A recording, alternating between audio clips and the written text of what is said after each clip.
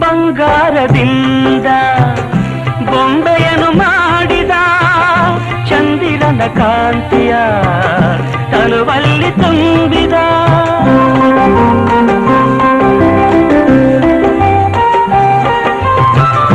ತಾವರೆಯ ಅಂದ ಕಣ್ಣಲ್ಲಿ ತಂದ ಈ ಸಂಜೆ ಕೆಂಪನು ಕೆನ್ನೆಯಲ್ಲಿ ತುಂಬಿದ ಆಡೆಯವರ ಕಾಣಿಕೆ ನೀಡಿದ ನನ್ನ ಜೊತೆ ಮಾಡಿದ ಆಕಾಶದಿಂದ